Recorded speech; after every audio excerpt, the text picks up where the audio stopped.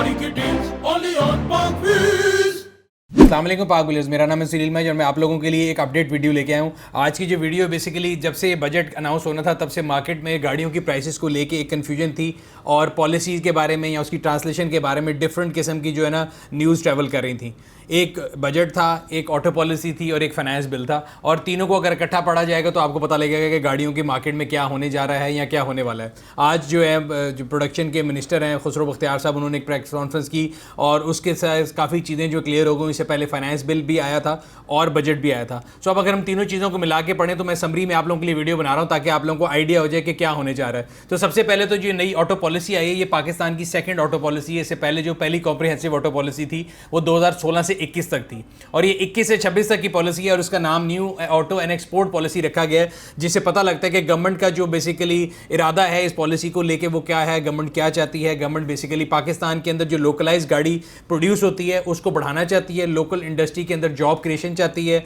Localisation of car चाहती है और ये चाहती है कि ना सिर्फ वो पाकिस्तान के लिए गाड़ियां बनाएं बल्कि हमारी जो गाड़ियां हैं वो रीजन में एक्सपोर्ट करने के लिए भी पाकिस्तान जो है एक ऐसी कंट्री बने जहां से गाड़ियां बन के एक्सपोर्ट हो सकें। बहुत अच्छा विजन है और मेरे ख्याल से हमेशा मैं ये बात करता हूँ कि जहाँ पे गवर्नमेंट पॉजिटिव स्टेप लेती है हमें वहाँ पे उसको अप्रिशिएट करना चाहिए। पिछले पूरे साल से मैं ये बात करता आ रहा था कि पाकिस्तान में अगर गाड़ी किसी को सस्ती करनी है तो वो कार साज इदारा नहीं कर सकता, वो गवर्नमेंट को अपना रोल लेना पड़ेगा और इस केस में अगर हम देखें तो गवर्नमेंट ने अपना रोल प्ले किया है। सो अब जो पॉलिसी आई है उसके मुताबिक 1000 सीसी तक की जितनी गाड़ी हैं उनके ऊपर जो FED है 2.5% था वो ख़त्म कर दिया गया है। इसके अलावा जो GST था वो तकरीबन 17% से अब 12.5% है, उसमें 4.5% कम कर दिया गया। सिर्फ ये दो चीज़ें नहीं है बल्कि ACD एक एडिशनल कस्टम ड्यूटी एक टर्म यूज़ की जाती है जब गाड़ियाँ पाकिस्तान में बनती हैं तो जो CKD किट इंपोर्ट होती है उसके ऊपर एडिशनल कस्टम ड्यूटी है जो कि 2% थी 1000 सीसी वाले पे, वो ज़ीरो कर दी गई है। सो ओवरऑल जो इम्पैक्ट आएगा 1000 सीसी गाड़ी के ऊपर वो ये होगा कि गाड़ी की जो प्राइसेस हैं वो आप समझ सकते हैं तकरीबन 1.25 लाख से 1.5 लाख रुपए तक सस्ती हो जाएंगी गाड़ियाँ,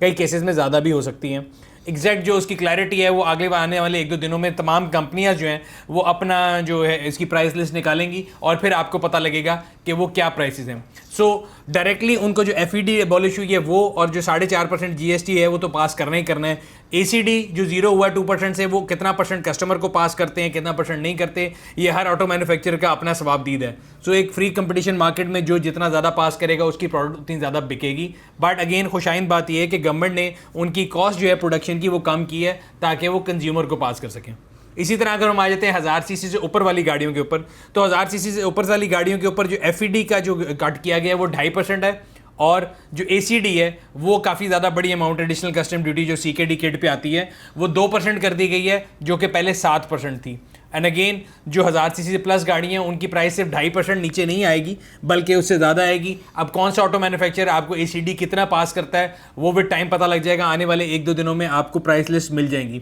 एक और लोगों का सवाल ये होता है कि ये पॉलिसी का इतलाक कब से होगा, लोगों ने गाड़ियाँ बुक कराई हुई हैं और लोगों के काफ़ी सवाल होते हैं। तो मैं ये बात क्लियर करता रहूँ कि कोई भी बजट जब आता है तो उसका इतलाक जो है 1 जुलाई से होगा। सो जो गाड़ी भी 1 जुलाई के बाद इनवॉइस होगी उसके ऊपर ये तमाम टर्म्स एंड कंडीशन जो है अप्लाई होंगी और यही वजह है कि जितने ऑटो मैन्युफैक्चरर हैं उन्होंने पहली तारीख से पहले से गाड़ियों की डिलीवरी रोकी हुई थी और वो वेट कर रहे थे कि क्लैरिटी आ जाए पॉलिसी की। अब पॉलिसी की क्लैरिटी जो है वो आहिस्ता आहिस्ता उसकी ट्रांसलेशन आना शुरू हो गई है और आने वाले 1-2 दिनों के अंदर आपको जो है तमाम ऑटो मैन्युफैक्चरर की जो प्राइसिंग है ऑफिशियली वो भी मिल जाएगी और वो तमाम लोग जिन्होंने गाड़ियाँ बुक कराई हुई थी और अभी उन्होंने डिलीवरी नहीं ली हुई और उनको इनवॉइस नहीं मिली उन तमाम लोगों के ऊपर ये नया रूल इतलाक होगा। सो ये क्लैरिटी मैंने इसलिए बताई क्योंकि काफ़ी लोगों को कन्फ्यूजन होती है कि शायद हमारी गाड़ी बुक हुई भी थी तो हमें ये मिले या नहीं मिले। तो ये चीज़। दूसरी चीज़ अगर हम इलेक्ट्रिक व्हीकल की बात करें तो गवर्नमेंट ने इलेक्ट्रिक व्हीकल्स के ऊपर काफ़ी अरसे से जो करंट गवर्नमेंट है इनका काफ़ी जोर रहा है और हम लोगों ने देखा था कि काफ़ी उन्होंने कहा था कि जी हम इसके ऊपर मराहत देंगे। सो 2 किस्म की मराहत हैं, एक तो वो है जो कि CKD यानी लोकली बिल्ड गाड़ियों के लिए हैं और एक CBU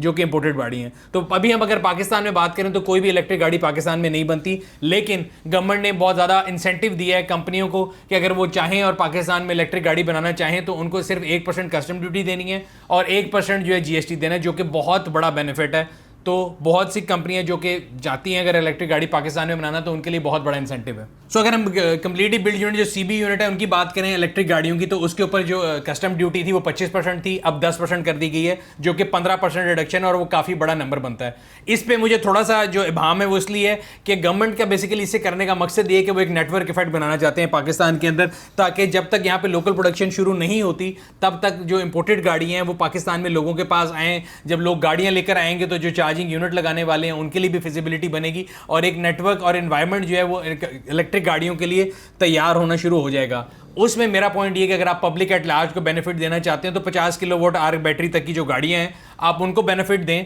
ना कि इस पॉलिसी के अंदर अगर हम देखें तो जो 70 किलोवाट आवर वाली गाड़ियां हैं, जिस तरह जिसमें लग्जरी गाड़ियां आती हैं, ऑडी की ई-ट्रॉन है या पोर्श टाइकन है या ऑडी की दूसरी गाड़ियां, या कोई भी कंपनी है जिनकी इलेक्ट्रिक गाड़ियां बट लग्जरी गाड़ियों की उसमें आती हैं, उनके ऊपर 40 लाख 50 लाख 60 लाख रुपए की बचत देना मुझे नहीं लगता कि उसकी कोई सेंस बनती है। आइडली तो ये करना चाहिए कि 50 किलोवाट आवर तक की गाड़ी जो कि आम आवाम की गाड़ी है या कमर्शियल गाड़ियां या 2 व्हीलर और 3 व्हीलर, उन पे बिल्कुल आप इंसेंटिव दें और लोगों को ये जो फ़ायदा दें। बट वो लोग जो इशरफिया में आते हैं, एक बंदा जो कि 1.5 करोड़ रुपए की गाड़ी अफोर्ड कर सकता था वो 2 की भी कर सकता था या 2 की कर सकता था, उसको आप 1.5 करोड़ रुपए की गाड़ी देके बेनिफिट जो 50 लाख का उसको दे रहे हैं, वही 50 लाख आप सस्ती गाड़ी वाले 50 लोगों को 1-1 लाख रुपए का बेनिफिट दे सकते थे। तो यहाँ पे मुझे इसका मंतक समझ नहीं आया कि इसको आप किलोवाट आवर के लिहाज से लिमिट कर सकते थे। नंदलेस होगा ये कि इस पॉलिसी की, क्योंकि इस पॉलिसी का जो इतलाक है वो सिर्फ 1 साल के लिए है। सो ये जितनी भी कस्टम ड्यूटी कम की गई है इलेक्ट्रिक गाड़ियों पे, जो इंपोर्टेड गाड़ी हैं 15% जो है वो सिर्फ 1 साल का ब्रैकेट है, ताकि कंपनियों के पास इंसेंटिव रहे कि वो लोकलाइजेशन करें।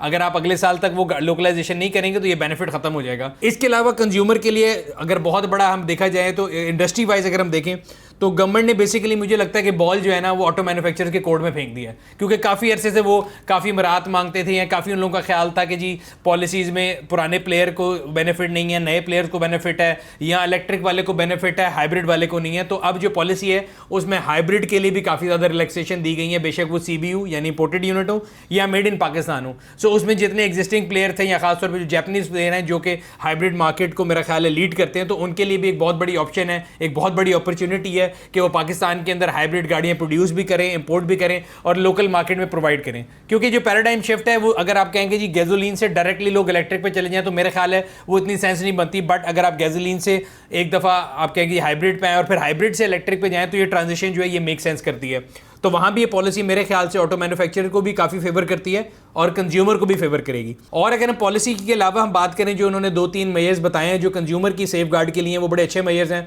जिनमें एक तो सबसे पहले ऑन की लानत को ख़त्म करने के लिए उन्होंने कहा कि जी गाड़ी जिसके नाम बुक होगी उसी के नाम रजिस्टर होगी, और जब गाड़ी ट्रांसफ़र होगी बेशक वो 1 महीने बाद हो, 2 महीने बाद हो, साल बाद हो या 3 साल बाद हो, उस पर फिर विदहोल्डिंग टैक्स देना पड़ेगा। अब कई लोगों का सवाल होता है कि जी गवर्नमेंट लालची है, वो क्यों ले रही है। It makes complete sense. अगर मैंने ये गाड़ी 0 मीटर बुक कराई,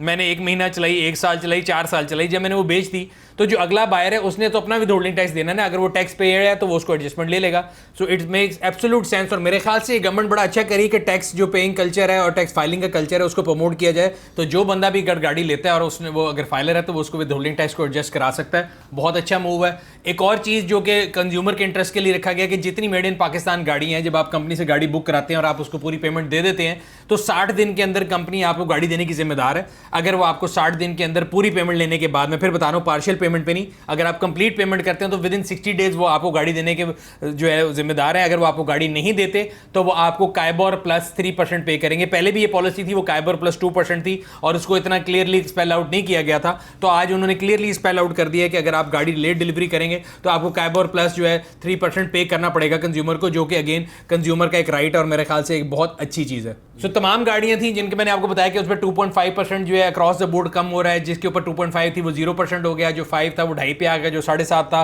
वो 5 पे आ गया। लेकिन सिर्फ एक जो गाड़ी है जो कि कमर्शियल उसमें स्लाइसली जो है फॉल करती है, जैसा टोयोटा का रेवो हो गया या सुजुकी डी मैक्स हो गया, वो गाड़ियां अभी इस पॉलिसी के अंदर उसके बारे में कोई वजाहत मौजूद नहीं है। तो मेरे ख्याल से मुझे जो इन्फॉर्मेशन है वो इसी रेट पे मिलेंगी जिस पे पहले बिक रही थी, अनलेस अनटिल उसके ऊपर कोई इंटरवेंशन आए। बिकॉज होता ये लॉ में कि पहले एक लॉ बनता है, फिर फाइनेंस बिल आता है, फिर आपका बजट आता है, फिर आपकी ऑटो पॉलिसी आई, और इन तमाम चीज़ों को गवर्न करने के लिए डिफरेंट SROs आते हैं जो कि टाइम के टाइम आते रहेंगे और उसकी ट्रांसलेशन होती रहेगी। बट एज वी स्पीक अभी हम जब बात करते हैं तो रेवो जो है वो इससे बाहर है और उसके अंदर 2.5% डिक्लाइन नहीं है। उसके अलावा तमाम गाड़ियों के ऊपर हमने जिस तरह आपको CC वाइज बताया है वो आपको उस तरह FED का इतलाक होगा। सो ओवरऑल गुड न्यूज़ ये है कि तमाम गाड़ियां सस्ती होंगी, 2.5% से तकरीबन ज़्यादा परसेंटेज की तरफ जाएगा अगर आप उसको देखेंगे कैलकुलेशन को। इसलिए हमें भी कोई इसके बारे में कोई गैर जिम्मेदाराना वर्ड नहीं दे रहे, बिकॉज इसमें मैंने आपको बताया कि ACD जो है वो कंपनियों की कॉस्ट को तो कम कर रही है, वो अपनी उसकी कॉस्ट को कितना कम या कितना ज़्यादा कंज्यूमर को पास करते हैं वो डिफरेंट कंपनियों पर डिपेंड करेगा, और लॉन्ग टर्म में कंपटीशन ये बात डिसाइड करेगा। जैसे मैं हमेशा कहता हूँ कि परफेक्ट मार्केट में जब डिफरेंट लोग कंपीट करेंगे तो बेस्ट आउटकम सामने आती है। तो हम इंशाल्लाह ताला कोशिश करेंगे कि आपके लिए अपडेट लेके आते रहें डिफरेंट कंपनियों की जो भी प्राइसेस आएंगी। लेकिन मेरे ख्याल से गवर्नमेंट जो है इस बात के ऊपर मुबारकबाद का मुस्तहिक जरूर है कि उन्होंने एक अच्छी कॉम्प्रिहेंसिव ऑटो पॉलिसी निकाली है, और अब ये देखना है कि ऑटो प्लेयर्स जो हैं वो इस पॉलिसी को कैसे इस्तेमाल करते हैं, और गवर्नमेंट ने जो उनको पॉलिसी रिलैक्सेशन दी है वो कंज्यूमर को किस हद तक पास करते हैं। तो ये थी बजट / ऑटो पॉलिसी / आपका जो फाइनेंस बिल था उसकी अगर मैं समराइज करके एक वीडियो बनाने की कोशिश हमने की है, ताकि जो इतनी कन्फ्यूजन मार्केट में फैली हुई थी वो तमाम चीज़ें क्लियर हो जाएं। इंशाल्लाह ताला आपसे अगली वीडियो में फिर मुलाकात होगी, तब तक अपना और अपने गिरदोनवा के लोगों का ख्याल रखिएगा। शुक्रिया। गाड़ी की डील्स only on Parkville।